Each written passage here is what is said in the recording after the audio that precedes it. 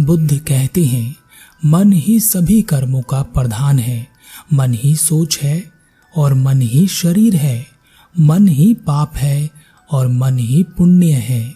मन ही मार्ग भी है परम शक्ति तक पहुंचने का, और मन ही मार्ग है शैतान से मिलने का।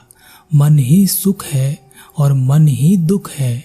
मन ही वैराग्य है और मन ही वासना है। दया भी यही करता है और क्रूरता भी यही दिखाता है।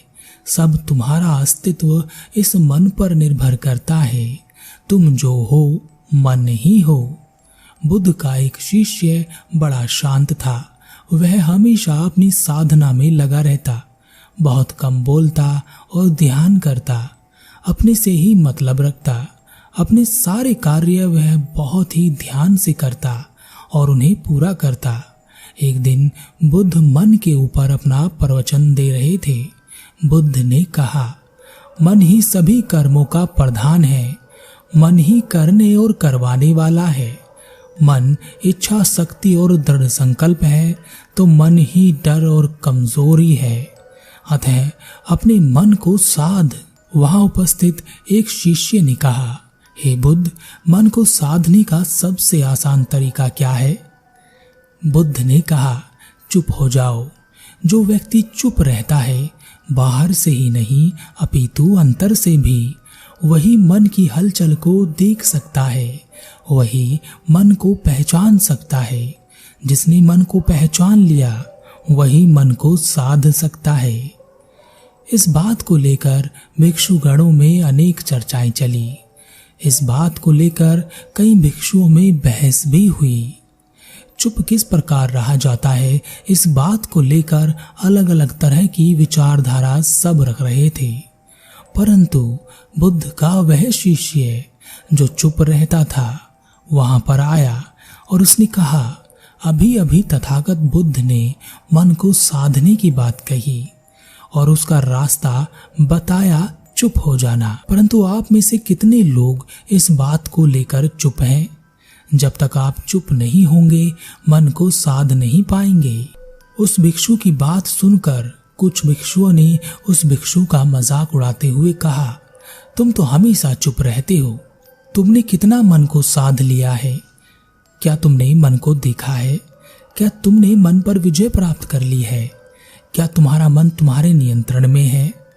क्या जानते हो तुम अपने मन के बारे में? उस चुप रहने वाले भिक्षु ने जब यह सवाल सुने तो उसे महसूस हुआ कि भले ही वह चुप रहता है, पर वह भी तो उतना ही अज्ञानी है जितने कि यह सब। पूछे गए सवालों में से उसके पास किसी का जवाब था ही नहीं। उसे अपने अज्ञान का बोध हो रहा था। इन्हीं सवालों को सोचता हुआ वह एक मार्ग से चुपचाप जा रहा था। अचानक तभी सामने से घुड़सवार आ रहा था। उस घुड़सवार ने भिक्षु पर ध्यान नहीं दिया और वह भिक्षु घोड़े की चपेट में आकर गिर गया।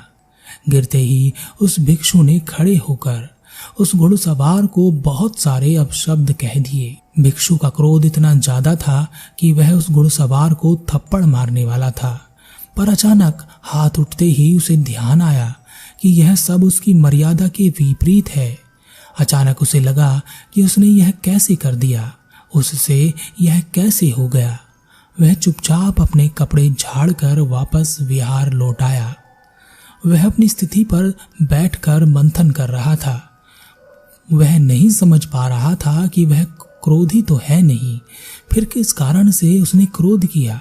वह शांत रहता है तो उसके मुख से वह अपशब्द कैसे निकल गए, फिर यह सब कैसे हुआ। तभी उसने बुद्ध को आते देखा।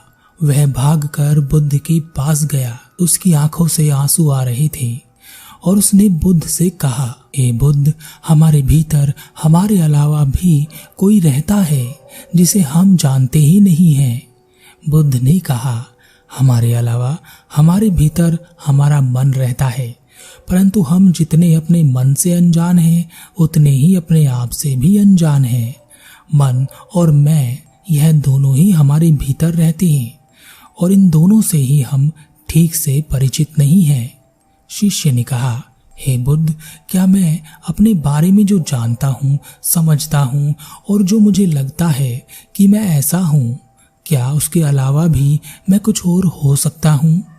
क्या ऐसा हो सकता है कि मैं जो दिख रहा हूँ, जो अपने आप को समझ रहा हूँ, मैं उसका उल्टा हो सकता हूँ? तथागत बुद्ध समझ गए कि उनका शिष्य आत्मज्ञान के बहुत करीब है। उसे एक मार्गदर्शन की जरूरत है। यह स्वयं पर विचार करने की शक्ति पैदा कर चुका है। बुद्ध मुस्कुराए और बुद्ध ने कहा, वास्तव में हम अपने आप को बिल्कुल भी नहीं जानते। जितनी जानकारी हमें अपने बारे में है, वह सब इस समाज द्वारा हमें प्रदान की गई है। हमारी मनोदशा भी समाज के वातावरण की वजह से ही है। हम में से कुछ बोलते हैं, कुछ शांत रहते हैं, कुछ क्रोधी हैं तो कुछ दयावान हैं, कुछ दुष्ट हैं तो कुछ सरल हैं। हम में से हर कोई सब कुछ है, परंतु जिस भावना की प्रबलता हमारे भीतर ज्यादा होती है, वही हम ऊपरी तौर से दिखाई देते हैं। जैसे तुम शांत दिखते हो, पर यह जरूरी नहीं कि तुम भीतर से शांत हो। शिष्य ने कहा, हे बुद्ध, खुद को जानने के लिए, खुद की पहचान के लिए मुझे क्या करना चाहिए? बुद्ध ने कहा, चुप हो जाओ, शांत हो जाओ। तुम जितना चुप हो जाओगे, उतनी ही शांति तुम्हारे भीतर उतर जाएगी और तुम अपने करीब आ जाओगे। शिष्य ने कहा, हे बुद्ध, मैं चुप ही तो रहता हूँ। ना मैं ज्यादा बोलता हूँ और ना ही ज्यादा लोगों से संबंध रखता हूँ। अपने काम से काम रखता हूँ। मैं तो बहुत शांत हूँ। बुद्ध ने कहा, अगर तुम चुप रहते हो और शांत भी रहते हो, तो तुमने उस घुड़सवार को अपशब्द कैसे कह दिए? तुम्हें क्रोध क्यों आया? शिष्य ने अपना सर नीचे झुका लिया। तब बुद्ध ने कहा, चुप रहने का मतलब मुख से चुप हो जाना नहीं होता। चुप्पी भीतर होनी चाहिए। शांति शरीर के बाहर नहीं होनी चाहिए, भीतर होनी चाहिए। इतनी चुप्पी, इतनी शांति होनी चाहिए कि जब तुम्हारे भीतर क्रोध के भाव उठें, तब तुम उन्हें पहचान सको कि मैं क्रोध करने वाला हूँ। नहीं तो जो तुम्हारे भीतर अनजान बैठा है, वह तुमसे कभी भी कुछ भी करा लेगा। आज तुमने क्रोध किया है, तुम्हें पता नहीं चला। कल तुम काम वासना में फंस जाओगे, तुम्हें तब भी पता नहीं चलेगा। शिष्य ने कहा, हे बुद्ध, आप ही मुझे कोई रास्ता दिखाएं। मैं सोचता था मैं बहुत ही शांत हूँ, चुप रहने वाला हूँ, पर आज मेरा यह भ्रम टूट गया। लगा कि जैसे मैं अपने आप से बहुत अनजान हूँ। कोई और मेरे भीतर रहता है जिसे मैं नहीं जानता। कृपा करके उससे मुझे पहचान कराएं, मुझे रास्ता दिखाएं। बुद्ध ने कहा, जाओ और पहले अपनी बाहरी आवरण को तोड़ो, जिसमें तुम अपने आप को शांत और चुप रहने वाला समझते हो। इसलिए एकांत जगह पर जाओ। जो तुम्हारे मन में आए बोलो, चिल्लाओ। जो कहने और करने का मन करे करो। जब तक तुम पूरी तरह से थक ना जाओ, करते रहो। तुम्हारे भीतर से शब्द निकलने जब तक बंद ना हो जाए, तब तक मेरे पास मत आना। वह शिष्य एक ऊंचे पहाड़ पर गया जहां कोई नहीं था। वहां उसने बोलना शुरू किया। पहले मर्यादित भाषा बोलता रहा, फिर अचानक से उसने अपने आप को छोड़ा और अब शब्द बोलने शुरू किए। अब शब्द बोलते समय उसे इतना आनंद आ रहा था कि उसने सारी सीमाएं लांघकर उसके मुख में जो आया सब बोला। कपड़े उतार दिए। जो उसके जी में आया उसने वही किया। कभी भागा, कभी रुका, कभी चक्कर काटने लगा तो कभी नाचने लगा, कभी गाने लगा, कभी रोने लगा। यह सब करते करते उसे काफी समय गुजर गया और अब उसके मुख से शब्द बाहर नहीं आ रहे थे। शरीर कुछ करने के लिए तैयार नहीं था। मन भी मानो कहीं गायब हो गया था। वह चुपचाप लड़खड़ाते हुए बुद्ध के पास आया। बुद्ध ने जब अपने शिष्य को देखा तो उसे अपने साथ बिना कुछ कहे एक स्थान पर ले गए। वहां मैदान पर उसे घास पर लिटा दिया। आकाश में चांद निकल रहा था। वहां ठंडी हवा चल रही थी, तारे टिमटिमा रहे थे। बुद्ध ने कहा, कुछ मत सोचो, सिर्फ देखो और महसूस करो। वह शिष्य चांद को देखने लगा। उसने अपने भीतर असीम शांति महसूस की। भीतर एक ऐसी चुप्पी थी जो कुछ बोलने के लिए तैयार ही नहीं थी। वह घंटों शांत पड़ा हुआ वहां सब देखता रहा। फिर वह उठा और बुद्ध के पास आकर बोला, हे बुद्ध, इतनी शांति मैंने आज तक महसूस नहीं की। मैं बहुत हल्का महसूस कर रहा हूँ। लगता है जैसे मेरे भीतर मैं ही हूँ, पर मैं अभी भी अपने आप से अनजान हूँ। बुद्ध ने कहा, समुद्र की लहरों को देखोगे तो वहां तुम्हें हलचल नजर आएगी। जो लहरों में फंस गया वह समुद्र की गहराई में समाई शांति से परिचित ना हो सकेगा। अभी तो तुम्हारे ऊपर बहती हुई लहरें शांत हुई हैं, जो समुद्र के ऊपर दिखाई देती हैं। अभी तुम उसकी गहराई में नहीं उतरे हो। अपने मन से विचारों के बादल को हटाकर मन की गहराई में उतर जाओ। चुप रहो, भीतर से चुप हो जाओ।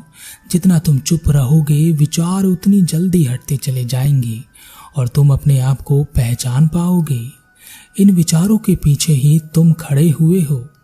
बुद्ध से आज्ञा लेकर वह भिक्षु खुद को खोजने में लग गया। 3 वर्षों के पश्चात उसने स्वयं को जान लिया और वह चुप हो गया। वह कभी कुछ ना बोलता, हमेशा चुप रहता। 3 वर्षों पश्चात जब बुद्ध ने उससे पूछा, क्या तुमने उस अनजान को पा लिया, उसे जान लिया जो तुम्हारे भीतर है? तब वह भिक्षु मुस्कुराया और कहा, हे बुद्ध, भीतर बाहर सर्वत्र आप ही तो है। मैं आपके चरणों में बैठा हूँ। बुद्ध ने कहा, ऐसा मत करना। वह तुम्हारा भ्रम है। जिसके चरणों में तुम बैठे हो वह तुम्हारा मन है। उसने तुम्हें फंसा लिया है। उसे हटाकर आगे बढ़ो। वहां मैं नहीं हूं, वहां तुम खुद से मिलोगे। तब वह भिक्षु अपने अंतर में उतर गया। वहां उसने देखा कि बुद्ध खड़े हैं। उसने वहां खड़े बुद्ध को रास्ते से हटा दिया। बुद्ध के हटते ही वहां पर वही भिक्षु प्रकट हुआ। अपने आप को देखकर वह अचंभित हुआ। उस प्रकट हुए भिक्षु ने कहा, अब रुक जाओ, तुम्हारी यात्रा पूरी हुई। मैं ही वह परमात्मा, मैं ही वह शक्ति, मैं ही वह सब कुछ हूँ जो सबको सब कुछ देता हूँ।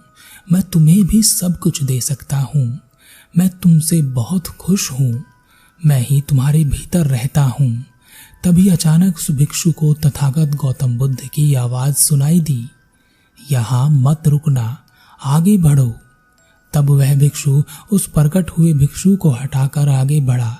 उस भिक्षु के हाथ लगते ही वह दूसरा भिक्षु पानी बनकर बिखर गया और अचानक उस भिक्षु को अंतर्ज्ञान उपलब्ध हुआ। सब जगह शांति छा गई, सब शांत हो गया। वह भिक्षु अपने अंतर में ही रह गया। उसमें बाहर आने की इच्छा भी नहीं बची। तब अचानक तथागत गौतम बुद्ध उसका हाथ पकड़कर बाहर ले आए।